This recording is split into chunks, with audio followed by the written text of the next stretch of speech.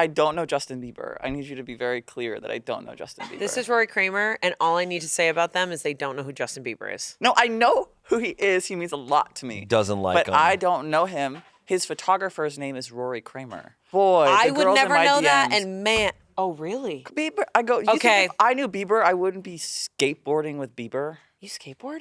1,000, of course. look at me. Jesus Christ. Skateboard, do you like longboard or You just Sure. keep jumping up the Whoa. list of hot. you do a kickflip? Yeah. Yeah, dude.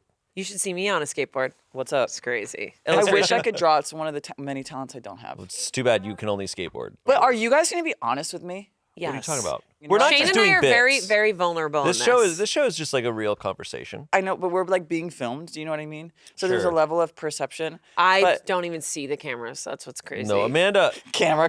I can tell you honestly, Amanda, she is not holding back. Oh, sometimes I drive home and I go, why did I say that? No, you don't Yeah. hold back. It's you I'm trying to get to the core of. I think I can be a little bit more like careful with my words when the camera's on, but I'm gonna be honest. It's not a lie. I need to work on being honest. Really? Yeah. You think when the Wow. cameras are on, you aren't. Yes, I think I have a propensity. Amazing word. What the Whoa. hell? You just bumped up even hotter. The Hot list is vocabulary. getting, you're at the top. I have a propensity to perform. Perform your. I've performed my entire life. Also, yeah. Well, like literally, like if you think about gender, if you think about like, I'm just like, oh, I have a propensity to perform, and I really don't want to do that anymore. Okay. So I gotta slow my roll today. I gotta show up honestly. And with that, let's begin. Welcome to Smosh Mouth. I'm Shayne. And I'm Amanda, and we have a very propensity, Oh my god. joyful, wonderful guest. Their name is Rory Kramer, but do not get it twisted. They are not Justin Bieber's photographer. But if they were, they'd be skateboarding with Justin Bieber. Yeah. Biebs. Hey, Rory Kramer. Can we say Biebs? I love him more than anything. You know, on that the Las Culturistas podcast, and they say, "What's Yes. the culture that made you say culture was for you?" It's Justin Biebs. Bieber. It's Yeah, Biebs. it's Bieber. Also, Has it been from the beginning? Oh my god, yeah. I remember where I was. when Bieber was born. Yeah, well, I remember I was like an early Kid Raw. That was his like YouTube channel. Was Kid Raw, and I was an early. I found him early, and I was like, I'm obsessed with this kid, his talent, his whatever. And then I would look him up on iTunes all the time, trying to find music that came out. This was so long ago. And then I remember I was in Chile, and we were skiing, and I went inside to use the computer, and I went to like the iTunes top 10, and one time was charting, and I went, oh my god, that's that kid. And then I like scaffolded my entire. I think I'm Justin Bieber. So Rory's Justin Bieber. Also, Rory was born in Argentina. Chile. Oh, you were born in Argentina. I'm half and half. Okay, so I got it half right. Yeah, that's right. The other thing about Rory also is Rory is incredible. We love Rory, and Rory also directed Smosh Hospital and also created and directed 2 episodes on Bit City that is coming out, I think, next week. They're on the felt board. Oh my Oh. God. Hey. So Boom. Selina's incredible and does this felt board, and I didn't even look at it. Watch their episodes on Bit City 6, 12, and 710. they're so funny. Both Shayne and I are in there, which we will touch on. But also, I just have to dive in a little bit more into your love for Biebs. Okay. Is this a type of thing where you would want to meet and hang out? You know how some people don't want to meet Sure. their You heroes? want to meet your heroes? I'm that way. Yeah. Same. Have you met any heroes? I could have, but I genuinely, like, if I see them, I'm like, nah. Like, I saw Conan O'Brien at a music festival a year ago, and I remember being like, whoa, like, I love Conan O'Brien. His comedy is so influential Yeah. for me. Like, I really, like, so much of what I've learned over the years, I try to, like, model after him. But I was like, I don't want to say hi to him. Like, let him be. Was he like singing and, you know, He was just walking around. Like, he wasn't, yeah, he was. That was the he time to just there. snatch him up. He's massive. Oh, he's the He's tallest massive. man. He's taller than me. But I think he's so funny. But I was just like, I don't need to. I love the work that people do. Yeah. I don't know you, and I don't want to like mess up what I enjoy about the work. If I meet you and you're kind of an asshole, or Yeah. if you're just having a bad day or Yeah, whatever, yeah, I'm just yeah, like, I'm just gonna let you be. Do you know who I met because I was weirdly bartending their party Yeah. forever ago? This is wild. Meryl Streep. What? and her daughters. I was bartending a party at her son's house, and it was just me. Gracie Gummo. Who's that? Isn't that her daughter? You just made up a name. Gracie Gummo. Is her last name Gummo? Gummer? You know what? Right. Nailed it. Honestly, you're probably right, but I cared Yeah. so Meryl Streep, I will say, yeah. was incredible. Really? The epitome of grace. Just so wonderful, so welcoming, and funny. She was just She's so hilarious. She was so relaxed and she looked impeccable. So anyways, Beeps. Yeah, my ex-girlfriend looks a lot like Meryl Streep. What? Yeah, Are you your ex-girlfriend. serious? I only realized Meryl it later. Streep. I was watching. What's that movie with Alec Baldwin? No. Oh, like Not- it's Life's complicated? Yeah. Or it's complicated? Hey, stop copying me. This is crazy. Nora Ephron. It's complicated. And the whole time I was like, oh my God, she looks just like my ex-girlfriend. But I didn't realize it until, and we haven't been together for years. Did that make you want to go back with your ex? It's complicated. It's yeah. complicated? It was just really, it was really jarring because like they look really similar. You don't want to get into it. You just I'll get said into that it. we were supposed to be vulnerable and real. I'll be vulnerable. Rory. She won't listen to this. Okay, so Rory, you also struggle to be vulnerable and real, No, I actually kind of do. which I actually don't think is true I because don't think every that's- time I've hung out with you, You are like the most, you feel like such an open book. Yeah. Like every conversation, we'll be hanging out at lunch in between like shooting insane sketches for Bit City. And we'll sit down for lunch and you'll just be like, so what's like inspiring you guys lately? Yeah. Like you'll just throw out like a really deep Oh, But question. I wonder if that's a safety blanket. that's a safety blanket because guess what? They're not really talking about Throwing it away their from stuff. yourself. Yeah. They're like interviewing. Oh, okay. Oh, Try to have you watch me and Angela try to have a conversation and nothing gets talked about. I have. We'll text each other and it'll be. She was texting me the other day. You guys are playing Pong. It's just like going back No, and it's forth. not even pong. Imagine a tennis court, and instead of facing each other, we're facing away, and behind us are walls that we're hitting the ball into, and it's flying over us and then hitting the other person's Yeah. ball. Whoa. That actually makes what do Yeah. you guys actually accomplish when you text? We truly the other day she was. Yeah. I was texting her and I was like, yeah, dude, I'm kind of mid crash out, and she goes, damn, fam, and I go, Yep. and I go, absolutely for real. How you doing? She goes, what did she say? Is it all in caps? Sometimes, well, actually, a lot of the time. Yeah, I know. She said she'll text me sometimes something that's like, she'll say, "You're a perfect human. I love you. Never leave." And then she said, "Enjoy yoga." I said, "Thank you so much." Enjoy yoga. and then she said, "I just told you that I thought you were a perfect human, and you responded to me with XYZ."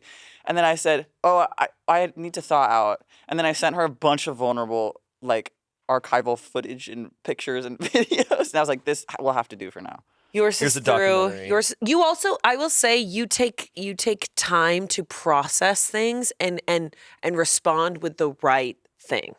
That's so nice to hear. Yeah, you do. Yeah. Because I'm very vulnerable with you. You'll be like, "Oh, you did great," and I like get deep, and you're like, "Wow, thank you so much for writing that all out." And here's the thing: it's not with everybody, but with you, I feel very open and safe. Oh man, I feel so. Yeah. That's such a privilege because I had texted Amanda about. I asked what the biggest difference between being in your 20s and your 30s are. Yeah. Because, baby, I'm bumping up. Honey. I'm bumping No, up. you're not. I You're in am. your 20s. I'm in my 20s. Yeah, you're in But your I'm like 20s. the oldest. I feel like the oldest person alive. That's Because crazy. I'm 29, just kind of overseeing all the 20-year-olds moving through their. There You are have to people guide who are them. You're putting- 100, Rory. Okay, so you texted me.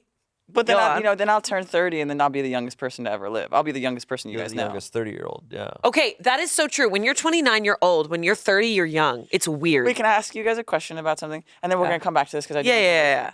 At what age do you start saying, "I'm dating a woman"? Like, what? How old did the woman? How old does the person have to be like, "I'm dating this woman"? 60s. I'm just kidding. Do you know what I mean? Like, if I came to you and I was like, "Oh, I'm dating this girl or this person." Yeah, you are always saying girl. So I feel like when you say woman, it's you've decided that's where you're at. And woman to me, if you said I'm dating a woman, I picture her a little bit older. Of course, but what's Like the age? 50s. 50s. 50s.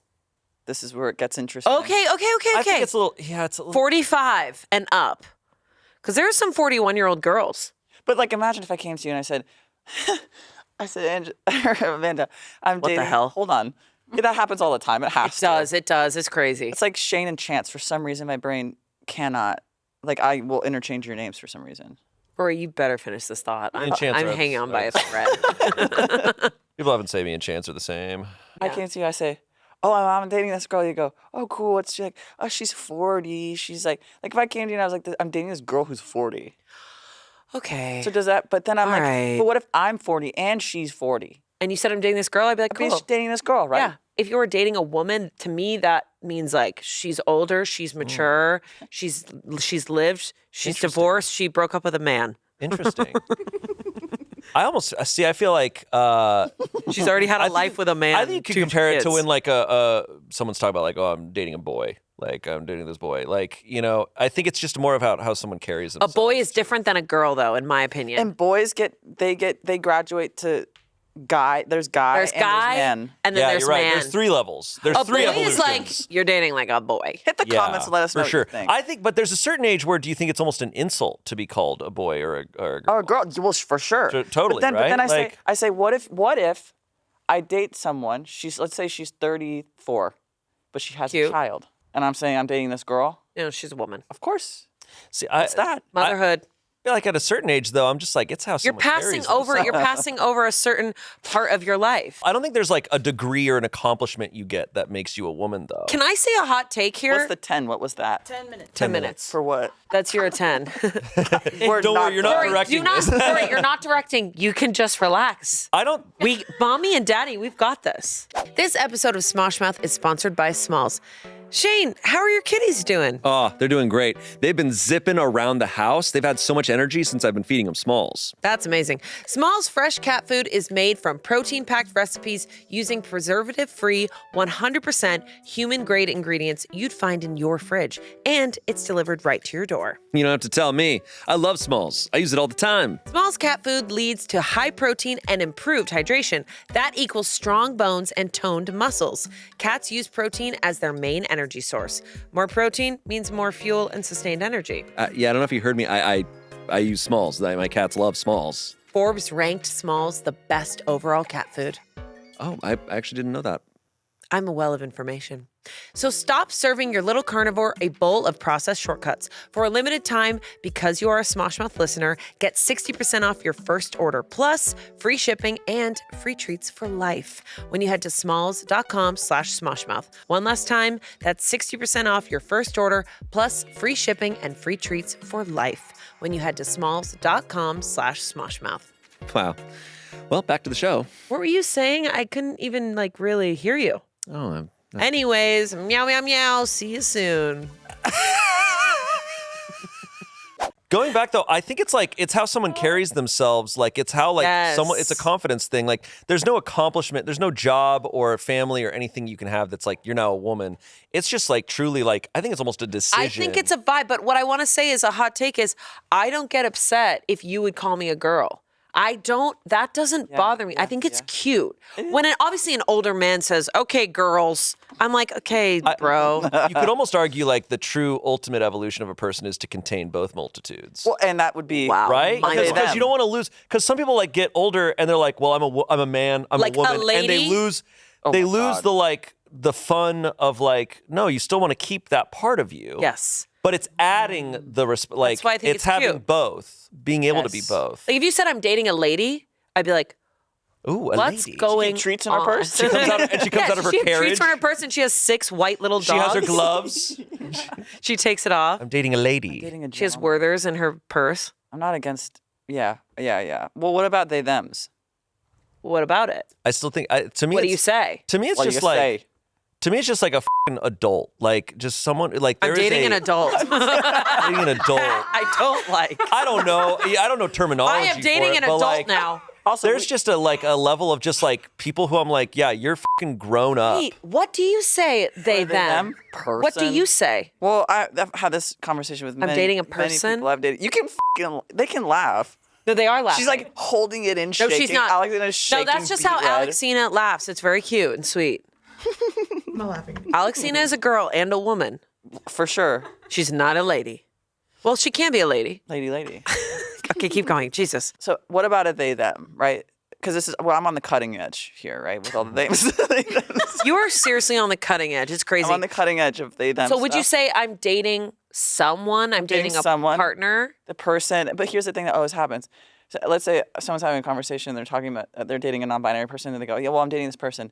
They go, girl, guy, no, like I'm dating someone. They're a person. They go, okay, and they're non-binary, which is also the most clinical term for something that means kind of. You want to have some badass terms. Wait, what do people say when they're dating you?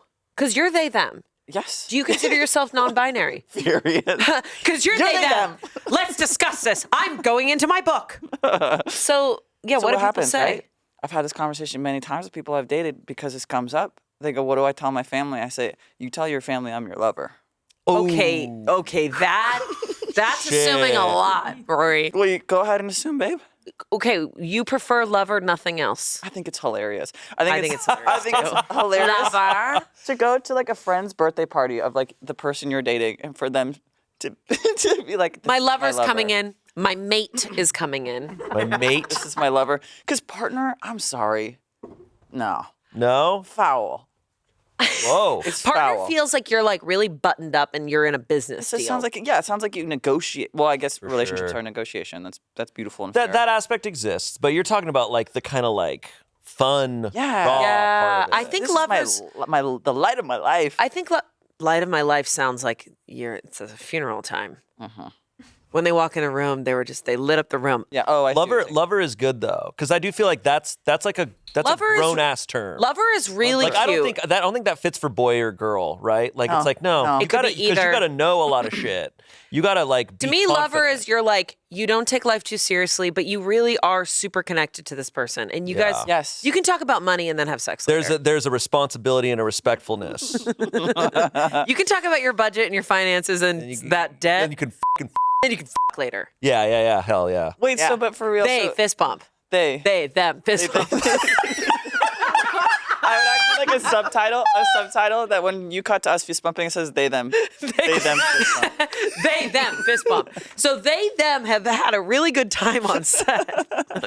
Yeah, but I really hit the comments. I'm sure a lot of they thems listen to this. I'm so interested in this too, because what if someone assumed that you would want partner? Would that be a discussion or We've would had you this. let We've it? had this conversation. They go, "I'm going to introduce you to my family as my partner." I'm going to say, "No, you're not." Okay, so you're not your immediately like, no. I go, I'm already foreign to them. You're gonna make me your partner.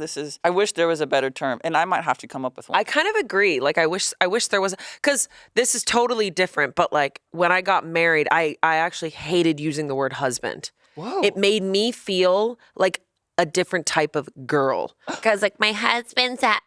It made me feel that way, which is like very sad because that's such a societal thing.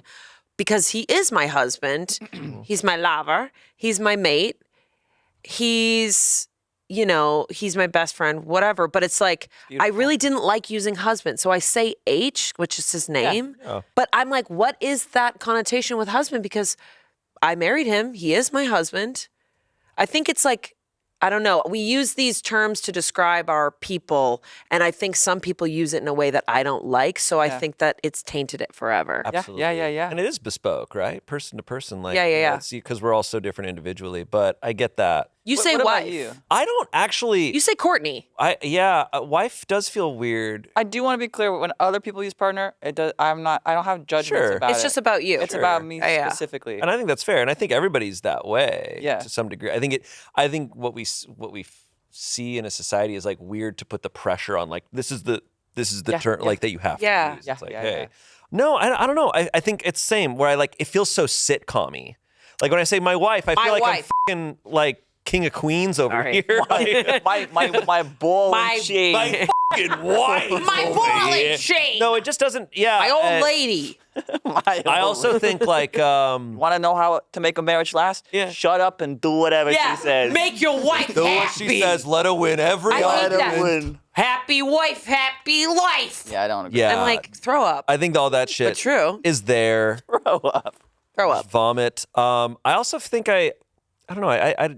I'd have to think about it more. It's just a feeling. Like I'm just like it just doesn't feel right. Yeah.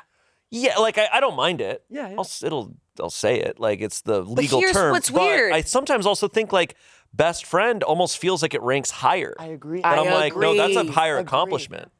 That's so beautiful. I think because a lot of people get married and I don't know if they really enjoy hanging out with their wife. The amount of husbands Or who husband. hate their wives, like, are just, husbands who are incapable of being best friends It's with crazy. anyone who's not a man. Like, They're like, God, I got to get out of the house. My wife is driving me so crazy. I actually think it's an institution and it's a label that doesn't have much, like, what does it mean? So You should know, we bring societally. back the label in a better way? Because here's the deal. Sometimes H will say, oh, my wife, Amanda. First of all, he never calls me Amanda, ever. Like, never calls me by my full name unless Does he he's know your like, name? unless he's like upset.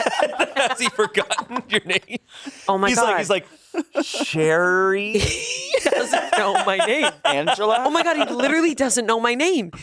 He keeps calling me Nikita. He's like, Nikita. But he never really calls me by my full name. And when he does, I'm like, uh-oh. But sometimes he'll be like, oh, this is my wife, Amanda. And there's some like nice pride about it that I'm like, oh, that. Also, yeah, you can't say my wife because Borat ruined that. My forever. wife. Yeah, you literally can't. What does he say call you? Is it really attractive when a guy brings up that thing that when he says my wife as like a funny Do thing? you think it's attractive? No. Okay, yeah. I was just asking you guys. That's some straight stuff. Also, I hear straight people are pegging now. That's like a whole thing. They love it. All of them are talking I to me hear about about it. They love it. We made a joke like That's what I 7 hear. years ago. We wrote a sketch where I played a character that wanted to get pegged by a giant vampire. Wait, wasn't that me? You later played it in a later I was sketch. It's Lady Resident D Evil. from Resident Evil, and you wanted to get pegged. But it's become the joke that's because of that one. But I don't even think it's a joke. I think like literally, I think they're just curious and interested. I go, oh, please, yeah, please do it. explore. Just do it. Do your Explore. thing, Have a good guys. time. Yeah, have a good time. do it. Can I ask a vulnerable question? Yeah.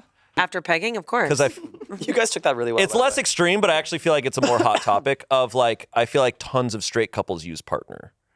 Oh my God. Definitely. And Like, what and that's something I didn't see until a couple years ago. And I don't know. do you think they do it so you ask?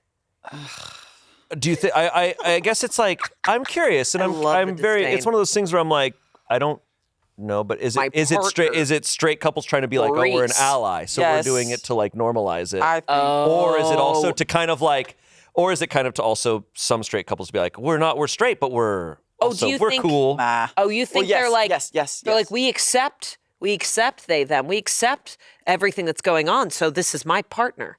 Do you think? Yeah. Can I add my 2 cents? To Oh, this? Yes. Selena Selena wants wants to to hop add in the Baby ring. girl. This. For Royal me- Rumble.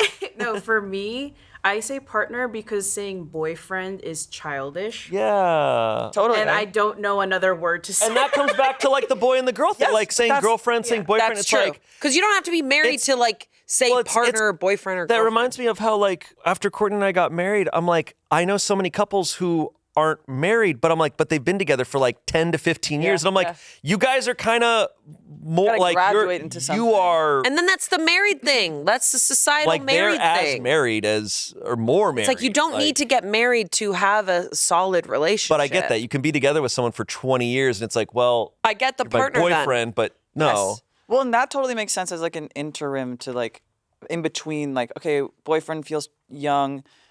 We're not married, so there has to be like something kind of in the middle. Partner. And partner makes sense. I just want everybody to feel good.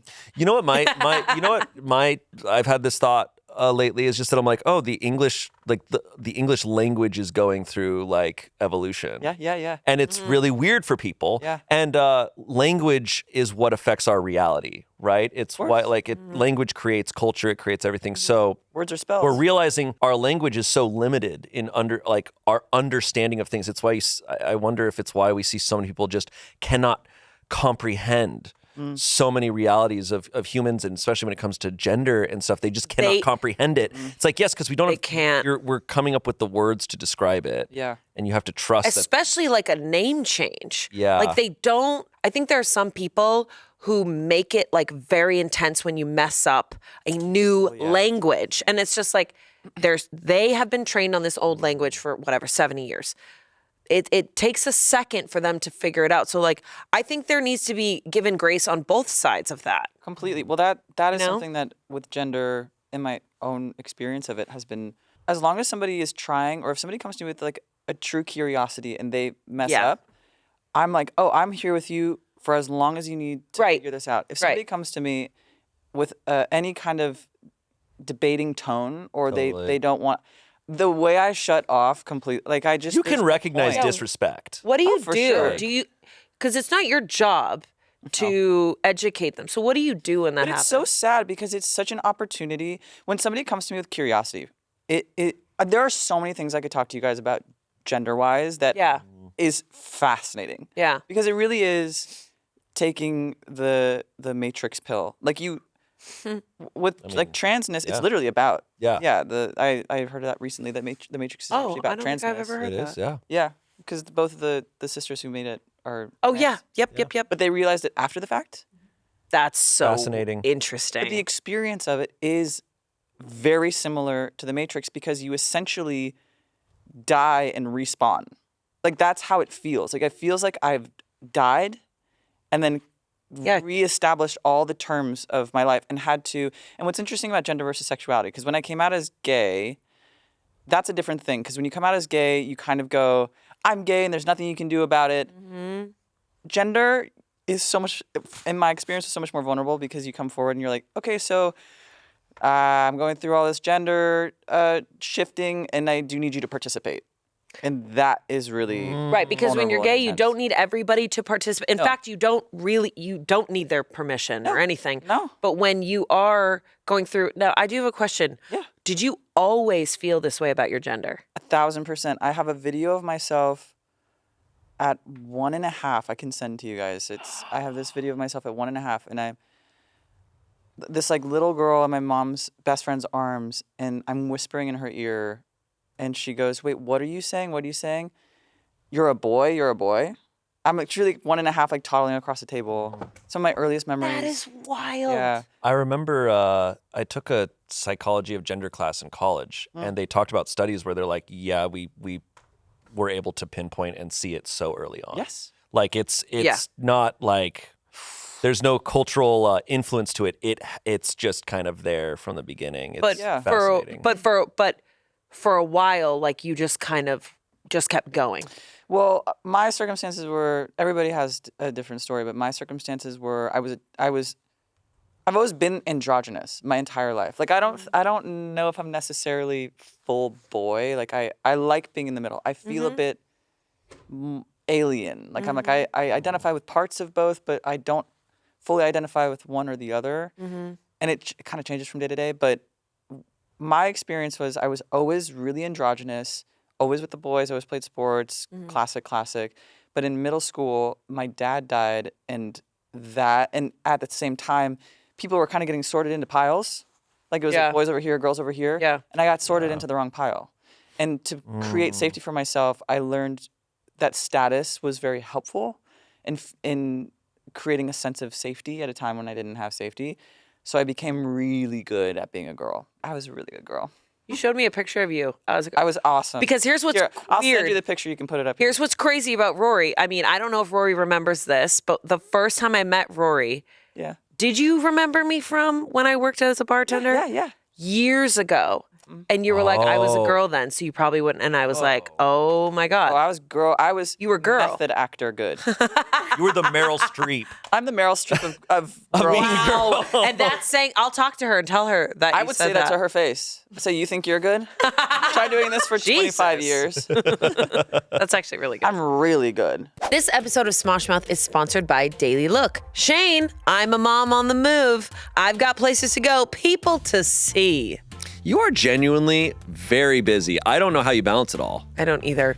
But the secret is finding shortcuts that make my life easier. Like, I don't have time to go to a store to shop. I barely even have time to shop online. This is so true. That's why I use Daily Look. Daily Look is the #1 highest rated premium personal styling service for women. With Daily Look, you get your own dedicated personal stylist to curate a box of clothes based on your body shape, preferences, and lifestyle.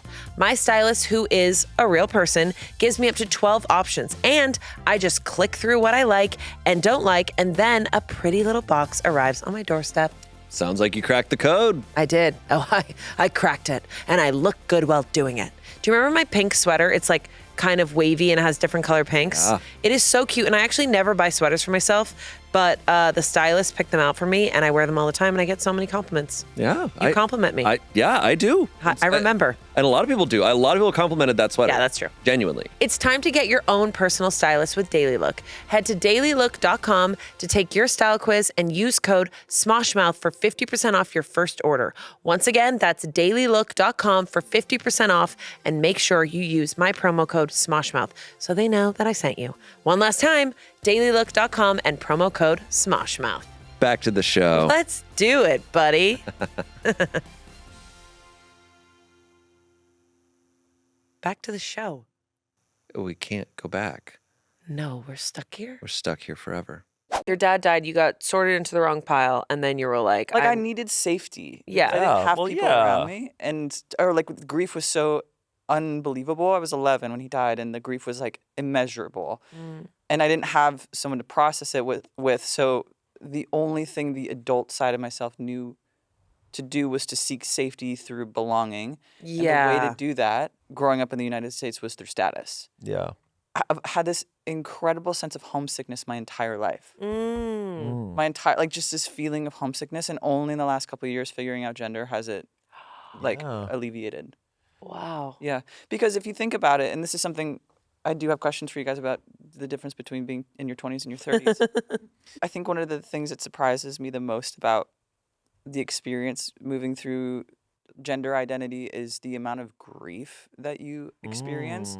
Because when I look at my 20s and I look at the mistakes that I made, or it was always really hard for me to connect with people, which is why was telling you guys at the beginning of this, like, I need to like just let you guys ask me questions and let it be, because I'm so used to it being, I can trick myself into thinking I'm connecting when really what I'm doing is controlling. You're controlling the narrative and controlling the conversation. To stay safe, Yeah, of course. and to move the dials, and it's not very interesting anymore to do that. But when I look at my 20s, it's really hard sometimes, because there were so many moments where I really could have connected with certain people, and I wasn't able to because I didn't know that I was lying. Yeah. Whoa. Yeah. Like, I didn't know that I wasn't showing up, and it was this feeling of like something is missing, something is wrong, and I have no idea what it is.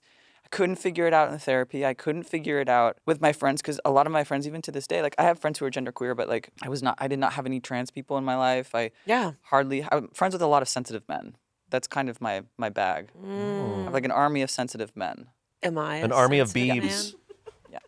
I'm Army a of sensitive what? man. Of Biebers. Of Biebs. Just like guys. Biebs. Yeah. Well, that makes sense. Yeah. I'm still kind of dealing with that, of just being like, oh, there are kind of some ghosts from my past where I really hope at some point we can have a conversation about it, because it was impossible. Even relationships, I'm like, why couldn't I? Oh.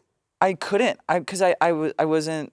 I'm like in my body for the first time now. I think we underestimate the grieving process. And I don't just mean with your dad, with this grieving process of your whole body shift, identity shift. Yeah. You go through all of the stages, and it's really scary to be very honest about.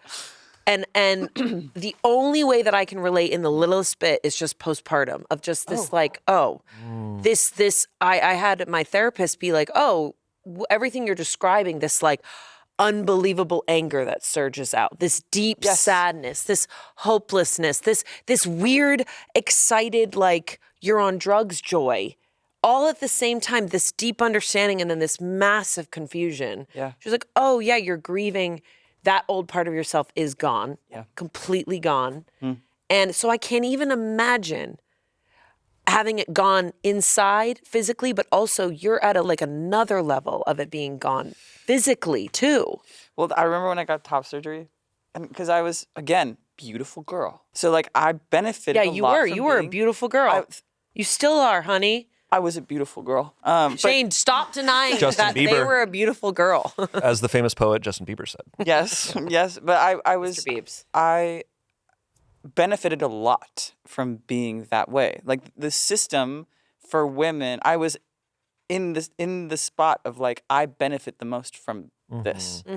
Yeah. And so to give it up, when I got top surgery. But you're living in the Matrix. Yeah, yes, but I was like, the intersection of like actually figuring this out, because I'm kind of on the other side of it now. But at the time when I was really in my head and really sorting through all these feelings, I remember being like, oh yeah, of course I want to get surgery, but that would be like hanging up my jersey. Yeah. Damn. Wow. Damn. Yeah. Literally, because I'm like, oh, I can't, like, it's not a party trick anymore. Like, I can't, like, suddenly just flip a switch and be. Yeah, you're drawing the line. I'm changing my literal body so that, like, the invitation to go play on that side and kind of play in that way or perform in that way is completely out the window. Yeah. And you'd worked on that role for so long. I know. You're crushing it. So. Yeah, actually. You really are Meryl Streep, but beyond Meryl Streep. Yeah, except when you go to the ArcLight and they have, like, the cases of, like, you know, famous costumes from roles. Yeah. Instead of a beautiful dress, it's just my boobs. Your boobs are just up there. It's a cast of, yeah. There's a line waiting to right. see that. But that's a really interesting part. I mean, there's so many different parts of mean, this it is. experience. It's insane. Yeah, and you're it's interesting because you're like swimming upstream against society's pressures and stuff with it. You know, It is the greatest splash of cold water. Also, your ability to observe other people and see where their pain lives is like suddenly it's like X-ray vision. Yeah. Oh, yeah. Yeah. You see it you feel it. Yeah. And that's what's so funny. Now I understand why you're a little bit worried to get into your 30s.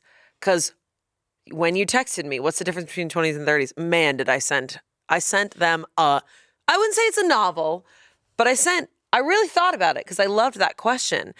Because I think your 20s are yes, like yes, I'm just doing everything, I'm going to try everything. And then your 30s are no, and the no's are really sharp in the beginning. And then they're like a no, thank you. And I feel like your 30s, you don't have the choice. You're faced with all the shadow selves regardless. So like your 20s, it kind of like appears and you're like, what's this about? I don't know. I'll deal with it later. And then all that stuff that you want to deal with later, it comes full surface in your 30s. You have no control over it.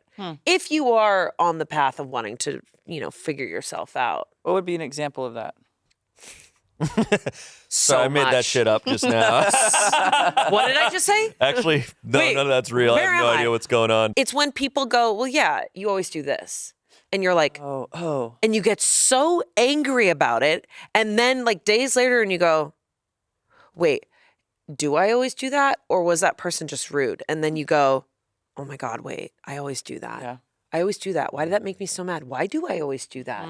Where does that come from? So it's like you go down this journey, and to me, it feels like it's right in front of your face every morning of less like, this is who you are. This is who you are. And some of it's great. I think that's starting to wash up on shore for me now. Like, I for some reason overnight, I suddenly cannot tolerate doing things I don't want to do. Yeah. So my I God. cannot tolerate. My body will not. You're let me do ready it. for your 30s. Yeah. But it's the thing that not everybody in their 30s or That's what I'm 40s or saying. 50s stops. Like some people go their whole if you're life. not like open to that, Yeah. I mean, my God, look at our parents or that generation. Like I think Yeah. maybe that's washing up on shore for them now. Yeah. I think for me, it was definitely a bit of maybe it was like a child actor thing of just like always like, oh, what is my career going to be? What is my life going to be? What am I working towards? And then suddenly you're in your 30s and you're like, oh, so this is my life. Like, this is who I am. Yeah. There's no working towards. I mean, there always is working towards, but I'm like, oh, my life and who I am, and that's today. And I doing what I can do today, and I'm enjoying my life today. Yep. And You know what I've been thinking a lot about? That I've built a whole career following the dreams of like a 14-year-old. Beebs? yeah, No, me. Like a traumatized 14-year-old who's like, you know what's going to save me? Hollywood. I mean, yeah. And then I'm like, oh my God. I Yeah, feel but that. Rory, you are doing really well. But that I But you're know saying is regardless why- of doing well, your career started when you were a kid. Yes. And And so you're but like, but oh. also because I'm doing well, I'm being, which is very sweet of you to say. Yeah. I am being faced with moments of like, oh my God, I thought this would solve everything, oh, and Sure. it's, baby, oh boy. it's not.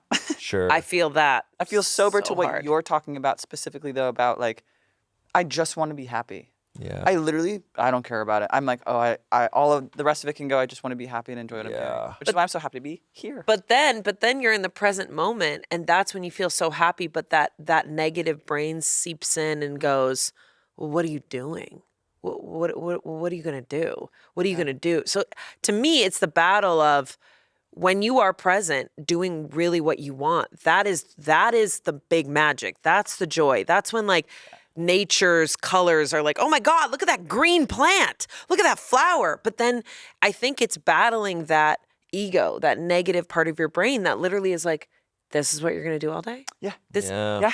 And I saw this Instagram thing that I was just like, oh my God. It was like, anyone else have a baby and just want to quit everything and just be with your baby 24/7? It's not realistic, but like you do. Yeah. Because I think the part of that is that they see everything for the first time. Yeah. So you get to go, yeah, look at those leaves in the wind. That's cool. Let's try to touch it. Whoa. And it's like this, it is very big picture, zoom out. Have you ever heard the song "The Mother" by Brandi Carlile? Of course. I love that song so much. The song makes me cry. It makes me cry. I'm not even The Mother, up to that. The Rose, Bette Midler, stop. But also, Brandi Carlile just did a duet with her wife. Really? Yeah, it's really good. "Mother and You" by Justin Bieber. I guess too. I guess they call her wife. So there's that. Just going back to people calling each other partners. Oh, wife. Yeah. It's fine. I get the partner thing. I wish Americans were more creative with their language. Like the Italians have words for everything. What would you say where you're from? Chile, Argentina. Esposa. Esposa. Yeah. Mi esposa. But my friend and I used to make up words because we felt this way. Like we used to make up fake Italian. Sorry if this is insensitive to the Italians on the chat, but we used to make up We fake. hate them, so it's Oh, cool. Stop saying that. That's what's crazy. we hate our Italian Shut audience. up. But yeah, we used to make up fake Italian words. So one of the words that I remember we made up was like, you know, when you're like hooking up with somebody and like you're kind of staring into the ceiling, like you're so not there. You're like, this is just like bad, and I'm like not connected to this, and I'm kind of just like breaking the fourth wall with some like fake audience or Oh, whatever. yeah, of course, because the camera's always there. Always. You're like, whoa, the camera of my life. We used to call that pressora. Pressora. They go, how was it? How was it with them? I go, pressora. Whoa. That's way better than being like, I wanted to die. What I just said? Yeah. Yeah. No, Breaking the fourth wall. makes it a little bit easier to kind of get past. Pressora. I love that. That sounds Italians, very... the Italians watching this are like, that's a real That's a real word. and that's what it means. They're like, you Yeah. nailed it. Actually correct. Yeah, wow. But yeah, it's really good to hear this, that like you guys are two very grounded people in your 30s. We're both in our 30s. I mean, it's Pretty cool. a lot of stuff continues. Like, it's not like, oh, I turned 30 and boy, you know, I was able to shrug off all these things. Like, it's still all there. You just start to like, I almost feel like in some ways, like the difficulty on like my ego got cranked up. Like, it's like, all right, we're continuing. It's like, oh, now we're going to hard mode. Yeah. And I'm like, okay, if I don't, For sure. if I don't clock my ego more, it gets harder and harder and harder. How do you like mean? Things just because I'm like, oh, I'm older, like I have more experience, and I'm making this mistake, and I'm not doing this. Oh, and I haven't done this. Like, oh wow, I've extra f***ed up. Whoa. Whereas when you're 25, you're like, well, there's still time. got time. Yeah, well, you They're push like, oh, I'm everything young. aside. Like if I say something stupid and there's a comment that's like Shane's wrong about You're that, like, who cares? It hits harder now that I'm an adult. Yeah, yeah. Now that I'm like Whoa. 34, because I'm like, man, I had way more time to figure that shit out, and I didn't. Because your fate, everything is right there in the forefront. All the stuff that you were like, But it's I mean, it's also a recognition of like it's such a short amount of time, and then I'm like, Yeah. oh, and I'm every day I'm kind of a baby. Like every day you're figuring things out over and over again. Like there is no graduating Yes. to where I'm like, I'm wise now. Like yeah, you gain wisdom and stuff. I want to be wiser, but I'm always gonna be naive. see, but I'm that's what's good. Oh, I think yeah. a lot of people go, I've figured it all out. I've Totally. decided. I've learned. I'm done.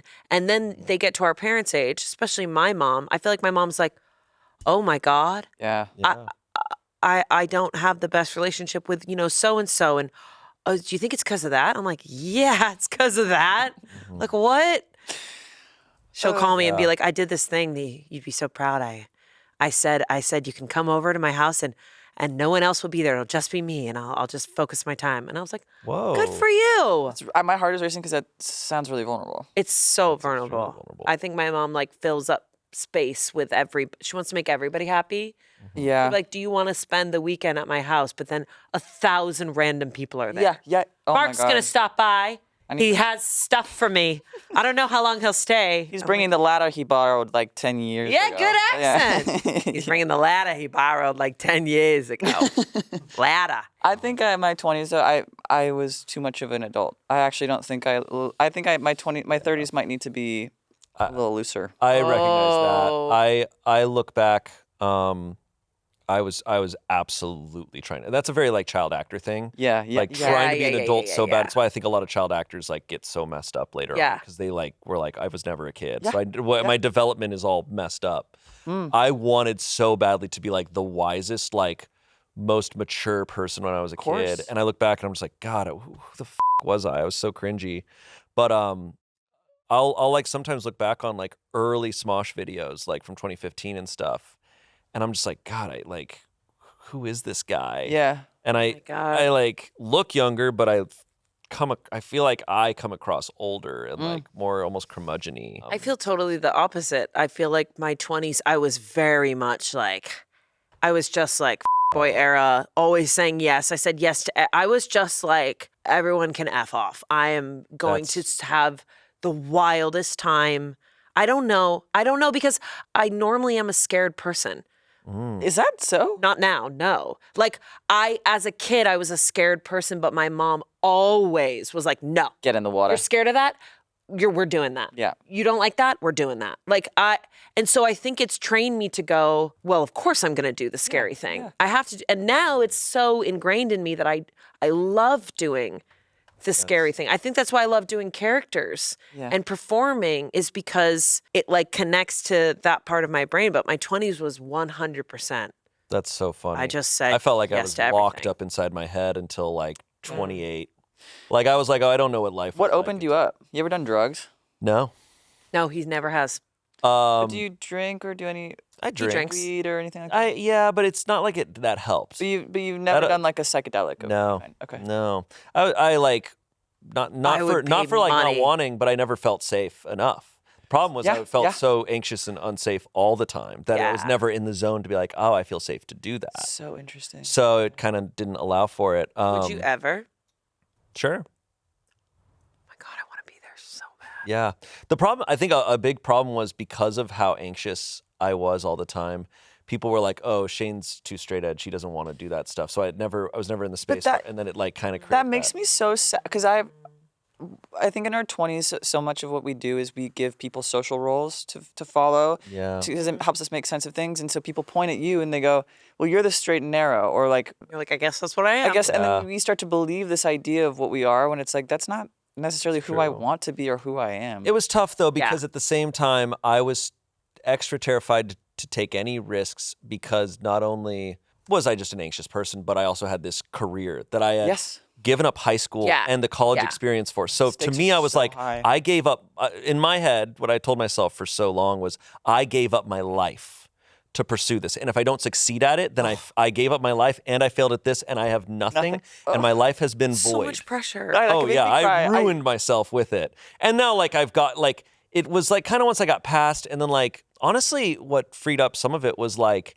some of the Smosh experience. I'm like, this is the weirdest. I'm in wacko world where none of this is the normal human experience. So it's like I hopped over from like any sort of normal path into weird world. I think that's why I mean, I'm grateful to be at Smosh for a lot of reasons, but that's one of the main reasons I'm really grateful for it. I've been having this like reckoning recently where like there's a path that you take, especially with directing and writing and acting and like the kind of traditional industry path. And it's really lonely. And if you are one of the youngest people in the room, it's very alienating. Yeah. Sure. You have to be an adult. Also with directing, it's so bizarre because like I directed General Hospital for a long time. Which is wild to So me. Yeah, funny. I was 27 directing General Hospital. I can't even. Crazy. But the reason I bring up my age is because that show is the longest running TV show of all time. So the people who work on this show have been working on it for They're 35 100 years. years old. yeah.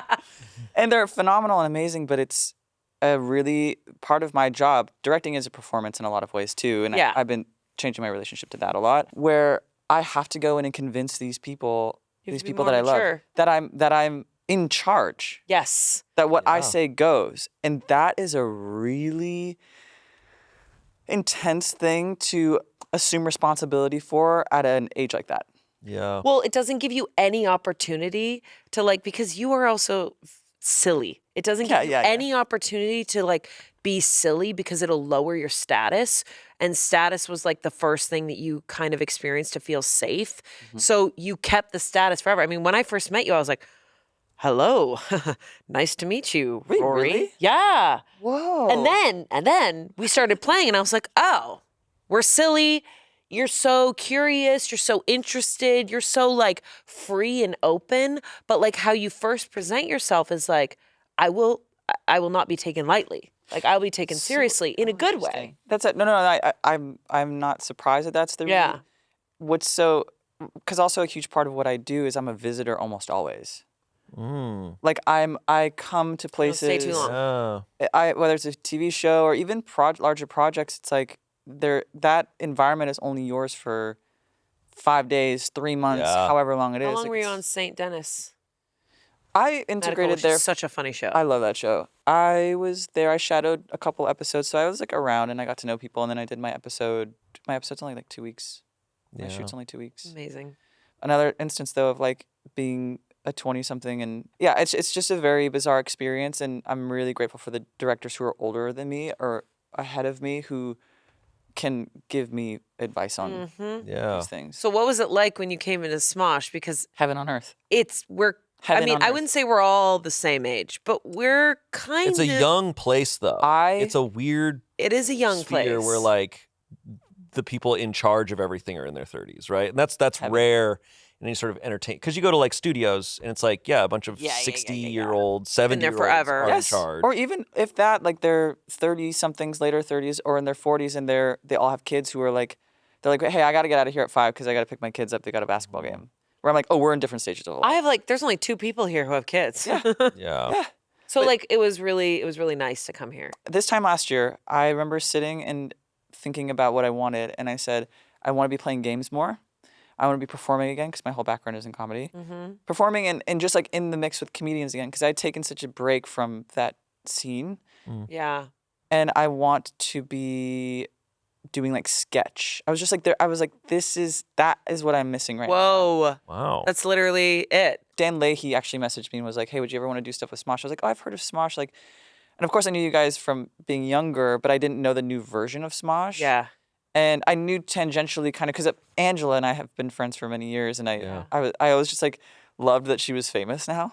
Like I was just got such a kick out of it. Where I was like, oh my god, like because I don't look at people's Instagrams or anything, and every once in a while I would like go see what she was up to, and I'd be like, she's got like 300,000 followers. Yeah. She's like, and which is still true for me with you guys because I also only really know you guys. We've talked about this many times, but in the context of the studio or like when we go out, it's at places that people aren't going to bother you. I haven't been to like the airport with you guys. You know what I mean? Like I haven't been in an environment where you guys would be getting stopped. So for me, I'm like, it's crazy to me that you guys are famous. Anytime I've gotten stopped by a TSA agent, it is the sweetest thing ever. They're like, I know I cannot bring out my phone right now. Bro. I know it is illegal, but I need a selfie with you now. And if you have a knife, I will let you get past. Don't worry and about let me it. tell you, I look my worst at the airports, and I have You got a knife? most- No worries. It's all good. It's all chill. all good. Bring in whatever you It's want. all chill, Sarah Christ. Get on over there. And I'm like, thanks. By the way, we got some characters coming from this new Bit City that are Oh, banger. I think it's my favorite Amanda character. wow. That's what Angela said. Dude, you got talk about method.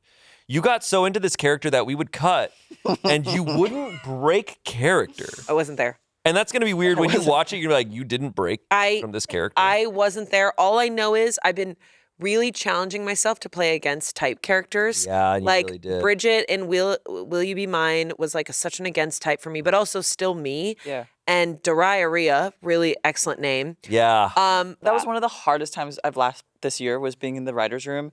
And us being like, we want to do a Mariah Carey character. Dariah, and someone goes, Rhea. I think it was you that did I don't know if I Rhea. came up with Rhea, but someone did, and it killed us. You locked into this role. Yeah. And it is fascinating. And before we got on set, I look over and you're scrolling through your phone on your notes, and you're scrolling past texts of tons of writing. Oh, yes. And you're like, these are all my notes and writings on this character. And you've come up with a background. Yes. And I remember you turned to me and you go, every night she has a Snickers and Bailey's. And you go, what? And I go, it's just something that I want to keep in the back of my head. That's just who she is. I had so much fun researching this character, and for the whole weekend, I always write like a one sheet for myself on every character. Sure. But for her, it was so easy to come up with lore for her. It was just like, oh, of course. She has, I don't want to give anything away, but the Bailey's and Snickers thing, I was like, oh yeah, she would have. Like someone who's so like intense on camera goes home and just unzips and it all lets out. And funny. She pours like a thick glass of Bailey's and has Snickers and she just sits there dead. Didn't you say that's based on someone you know in real life? Yes, my sister's old neighbor. My sister's old neighbor in Quincy, Mass. And here's the deal. This woman, I swear to God, she lived by the door. So every time my sister would pull in, she'd go, Allie, hey, Allie. And Allie would go, I'm actually on the phone. Was never on the phone. It was just like, and she told her, she's like, yeah, I lost all this weight. She goes, how'd you do it? She goes, well, I stopped my nightly snack, Bailey's and Snickers. My sister's like, I stopped drinking a gallon of alcohol cream every night. She dropped like 50 pounds. Let me tell you, people on the East Coast. And you know what? That's what your 30s is all about. Yeah. So I'm recognizing, like, what do I need? What do I not? I gotta drop that thing of Bailey's. This episode of Smosh Mouth is sponsored by ZocDoc. Wow, Amanda, your teeth are sparkling. Someone went to the dentist. Oh my God, the fact that you noticed that my teeth look amazing makes me think that we've been spending too much time together. Never enough time. Totally. Well, I use ZocDoc to book my dentist appointment. Oh, and I use ZocDoc to book my dermatologist, my primary care physician. List goes on. ZocDoc is a free app and website that helps you find and book high-quality, in-network doctors so you can find someone you love. The app makes it so easy to see which doctors are in my network. They have more than 150,000 providers across all 50 states, and appointments made through ZocDoc happen fast. Typically within just 24 to 72 hours of booking. Wow, you're like really finishing my... I love ZocDoc. I was pushing off doctor's appointments for so long until I downloaded the app and realized it was so simple, couldn't push them off any longer. Stop putting off those doctor's appointments and go to ZocDoc.com/Smoshmouth to find and instantly book a doctor you love today. That's ZocDoc.com/Smoshmouth. ZocDoc.com/Smoshmouth. Thanks, ZocDoc, for sponsoring this message. Back to the show. Back to the show. That was what you were going to finish my sentence. Keep your glasses on. Don't tell me what to do. Okay, guess we're fighting now. Yeah. Your teeth actually look awful. I hate you. What do you guys think your biggest pattern was in your 20s? Jesus. Hard turn. Damn. Okay. Here we were having fun.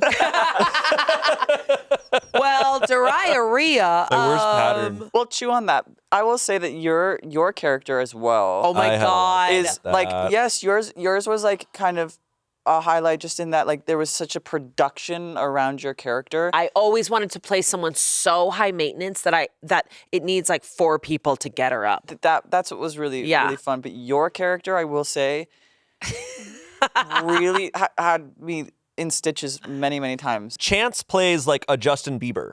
Like a Kid Raw era Justin Bieber. A kid era, like bowl cut Justin Bieber era type of sensation. Yep. And I play his dad. And I will say, I was trying really hard to like, kind of like just be in it. And I was very inspired by some of the family vlog dads that I have met. And they're all very similar. And it's just like these dads who are super like amped. They're super like, yeah, like they love selling their product, which is their kids. Yes. And it's so just, I'm like. You looked so, I was like, oh my God. The wig was. It's Shayne. Incredible. I mean, it fit you. Like, I was like, oh my God. Sorry. Listen. Hey, I'm going to say this better. I'm going to say this better. The wig fit you so well that I was like, this is him. It's this guy. And what I loved so much is you smiled in such an aggressive way. Yeah. You weren't like mad, but your smile could like tear flesh. Yes. You know what I'm saying? Performing kindness, right? Like they perform niceness. Yes. But what was so funny about your character is you would always be like in the background of a shot, just 32, beaming all 32 teeth. Yes. You were just Yeah. lit So, anyways, up. this comes out in a week from now, I think. Yeah. I'm so excited for the Bit Cities. It was a fever dream. Did they tell you the callback that we put into the second episode? Should we reveal it? Maybe not. I don't Maybe think let we it be a can reveal surprise it. to me. So I'm playing another character, and It was I also a great character. I play like a middle schooler. Remember the joke? Yes. Jason. Yeah. So I play a middle schooler named Amy, and man, Okay. she just matured really fast. Yeah. She got her period when she was 10. You know what I'm saying? Yeah, it And happens. she's just, she's just, John Goodman. let me just tell you, she is the life of the party. Hell yeah. And there's a little Easter egg Okay. that she puts out that's connected to your excited. character. That's Very excited. really Yeah, the fun. next couple episodes of Bit Not City the same episode. They are a wild ride. But Rory, you pitched these episodes, and I remember being in the writing room on the first pitch that you did, and we were all so jazzed because to me, it was like a nostalgic blanket, your pitches. It was just like, yes, yes. It was like that thing that you really want to do, and it's like, can we do this? Yeah, it was so much fun. I don't want but to give too much away, but yeah. I think my pattern was wrapping my fears in excuses and Okay, we're giving back to the myself 20s a reason the I didn't 20s have to do pattern. things. Yeah. Yeah, Fears yeah. wrapping your fears. Yeah, like I would justify reasons why I didn't have to, like I shouldn't, and I would love to come up with reasons like I can't do this because of this reason or something. Okay, but now I feel like you're a little bit like, yeah, I'll do that. Yeah, sure, why not? So like if I offered you mushrooms, I just gobble them up. that right would be now. awful. I'm not talking about stuff like that. I think. think that stuff has changed over the years. I think it's now I think it's a lot with like art and like creativity. Yeah. Talked about We've this talked a about this little a ton. Yeah. Creativity is a really tough one. Smosh has been nice for breaking me out because we just have to make so much stuff. Yeah. That has helped so Yeah. much. But now there's other spheres of like when I'm not doing things here. It's just because it's scary. Yeah. And you recommended a book that I read, Big Magic, that was really great. And there's a part Best that talks book about ever. Best book ever. perfectionism. And I've talked a lot about perfectionism, but she kind of boiled it down in a way I needed to hear, which is like, hey, perfectionism is just fear. Yeah. Just afraid. And I It was is just like, fear. yeah, and I just need to kind of. And it's the fear of magic. Like it's literally the fear of engaging with magic. And I think it's also recognizing like in American society, like the capitalist productivity bullshit that we're in is really like it's recognized. Like that's been a big thing in my 30s of recognizing how much I was influenced by. Yeah. Like seeing the manosphere has reached such a peak now that I'm grateful I'm in my 30s for when this is happening. But it's been around for so long, and I'm like, oh, I didn't realize how influenced I was by that. Of like, all of my achievements and everything must add up to this like identity. Yes. And I'm like, oh, and it doesn't mean anything. It's all bullshit. Well, yeah. And I'm like, so you lose your ability to do things and create as a more out of body experience. Yes. But it's right now for everyone, creating and what you do is all about building up into yourself. But that doesn't work. It's also the generation that we're a part of. It like it's invasive. It's in our houses. Capitalism through creativity is constant. Like whether it's the desire, I put out like a TikTok or an Instagram. I don't do a lot of content. Like that's not. I don't. It's just not like what I used to before. But then once it became like influencer specific or comedy turned into like Yes. less about it just being kind of fun because it made your friends laugh and more about Yes. something else. I really stopped and I put out a video that's like a behind the scenes of my episode at St. Denis of just being like, this is how, if you've ever wondered how to direct an episode of TV, this is like how it's done. Yeah. And after that happened, because the video did well, and immediately people were like, what is the next thing you're going to do? Like, what's the next video you're going to do? Or even my own team was like, this is great. I had like agents reaching out about working together, and I was like, this is so bizarre because the work has always existed, but you guys are seeing this, and this is what you want to push, but this isn't, the reason I did this video is because I wanted to be useful to people who might want to know how this is, like, when I think about the audience, I want to think about what my intention is with their attention, because I don't think that happens enough. Yes. I mentioned something similar recently, I think on this podcast, of like, when we're doing this, I'm like, I want to entertain you. Yes. Like I want this to be funny, but so many right now are just trying to hold your attention. That's the And difference. there's such a difference. I You can can't. feel it too, because the intention, that's why I really do love, 60. You do not need to focus Don't need on to worry that. about it. But you know what? You're just gonna, so it's fine.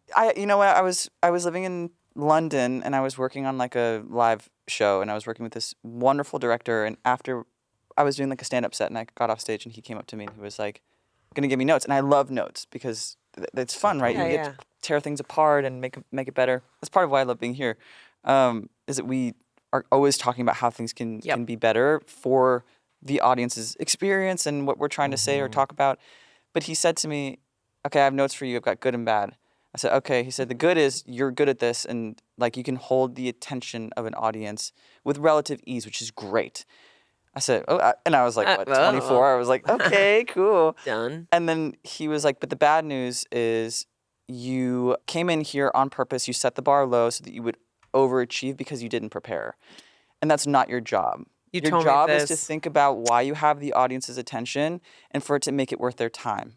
Because they came here and they deserve to have their time taken seriously. I love that so I know. And he was like, it's a very American problem. And I was like, okay. It actually is, though. Well, yeah, because then when I came back, so that changed my brain chemistry around everything where I was like, no, you're right. Like, I should be appreciating the audience's attention. I'm making this more about me. And he was like, your job as someone on the set list is to show up and show why you're on the set list. Your job is to kill. I love that.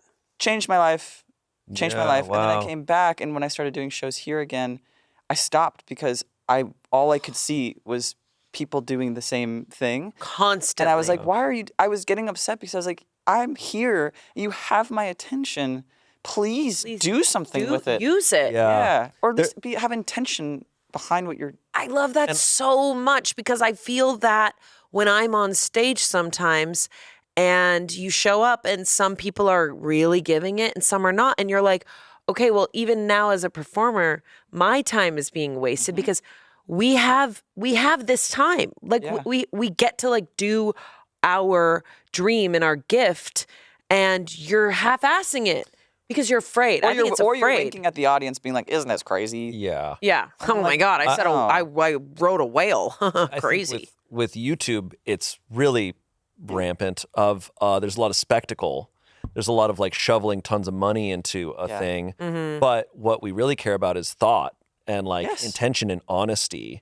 And I can notice now when I'm watching a YouTube video and I'm just like, you're just pumping this out for views. Like, you know that you're going to get clicks on this.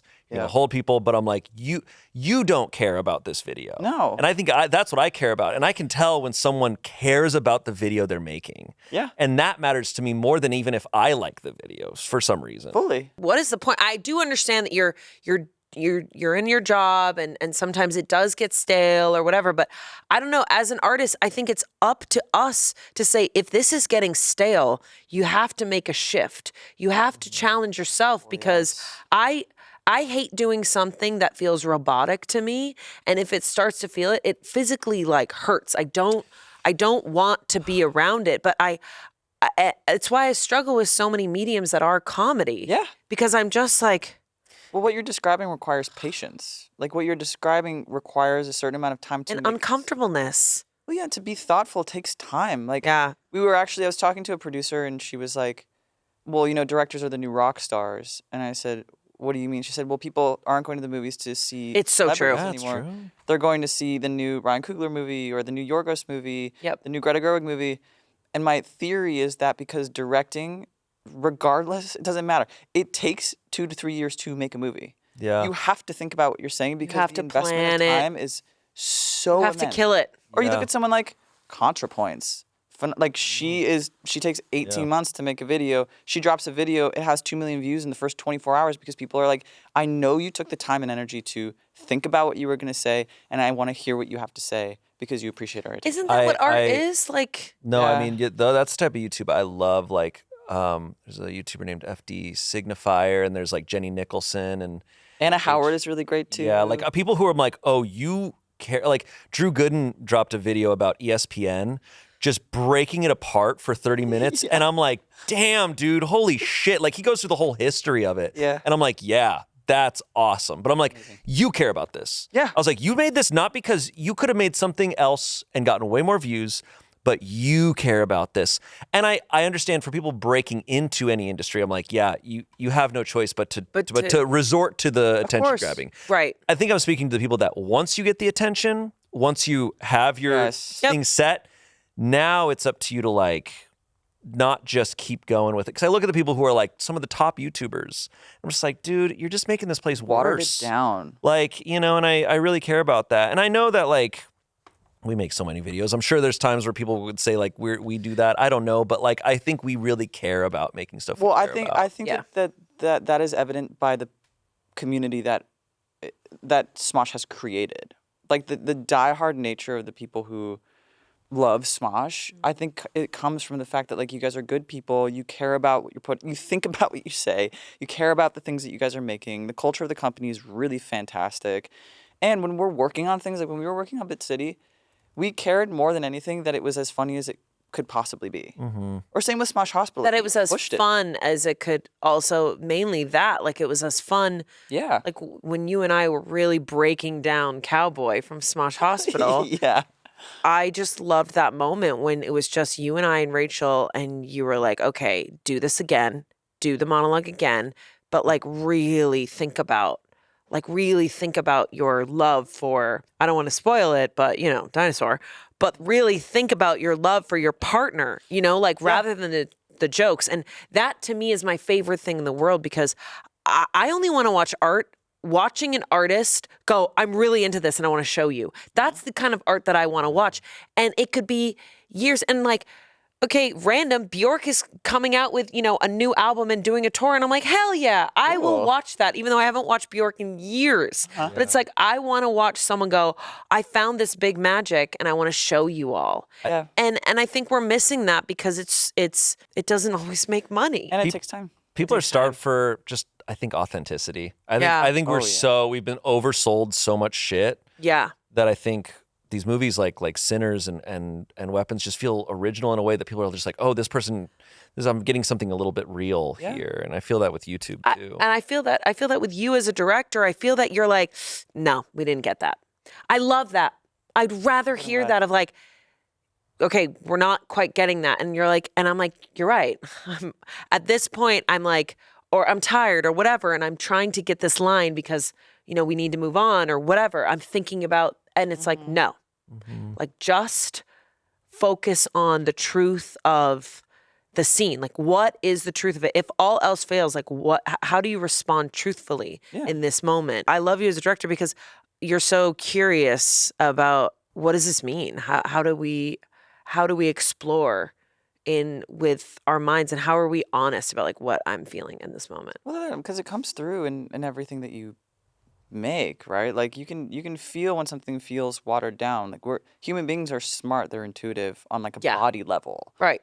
And I think that's what bothers me sometimes about if I go to a show or something and I can feel them winking at the audience. I'm like, you're doing this for yourself. You're not like, or absurdity for absurdity's sake without commitment. Oh my God. I really don't like. I understand completely. But I love absurdity when someone is dedicated to the reality of the absurdity. Yeah. Love that. I think Tim Robinson is a great example of that. Like he is so committed that it works. But the second I feel somebody feel they're too cool for it, or that they're like touching the absurdity. Yeah. They're touching the character. It's not vulnerable. They're touching the comedy. I think because it's really scary. It's really scary to commit. Of course. But and we're in love a very critical time, like on the internet.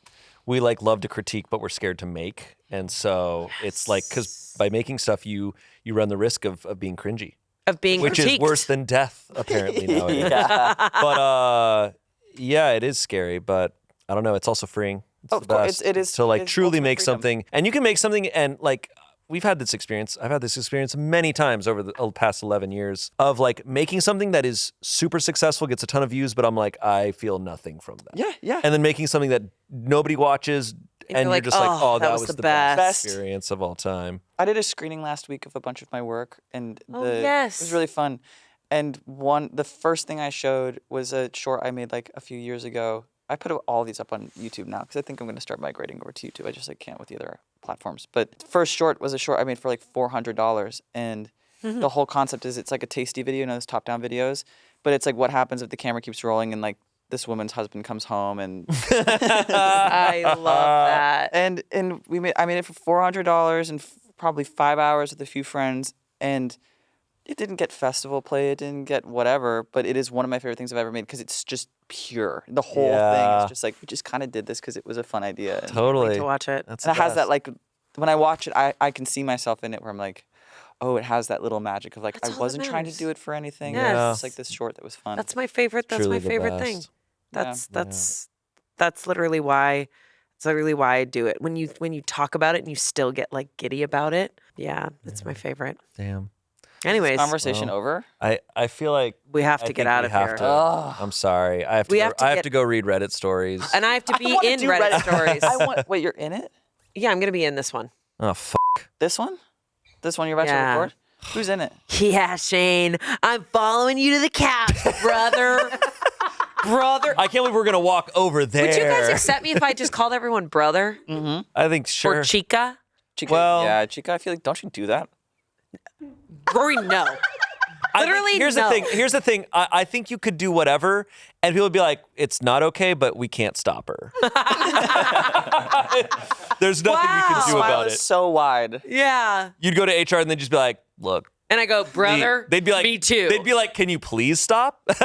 We can't stop What? you, but it's up to you." Brother- You said Fine. please, brother. That sounds fun. Okay, brother. Okay, brother. Rory, this has been incredible. Yeah. This Rory this has Kramer. gone. Can I be honest? This has gone exactly how I expected it to go. Wait, too. really? Yes. In a good way? Yes. Because this is how our lunches have been Yeah. the past few weeks. I'm so excited. Do you want to plug anything right now? Yeah. I put a bunch of my shorts on YouTube. I'm really not online a lot. Like that's just not my. Okay, but what is this short called that you just talked about? I think on YouTube it's just $400 short, but the actual short is called "A Holiday Casserole Your Man Will Love," I Oh, love that's both of those good. titles. and it is really fun. And there are other shorts up there too that I really care about. And then- also check out Bit City. That's coming Yeah. out. 2 yeah. episodes, directed by Rory, created by Rory. I'm so excited. We all worked really hard on them, and Good stuff. just so excited. Yeah. All right. Okay. Hey, Can I? Am I doing this right? I've never done this here's before. your thumbnail. I literally just shoved my finger in there. Bye, guys. Bye, guys. All right, drop the act. Yeah, I can't. I'm. All right, you need to go. Those Bit City episodes are not gonna be good. He's such a hunk. I know. He's very hunky, and look, he's embarrassed. He didn't like. Oh that. How often?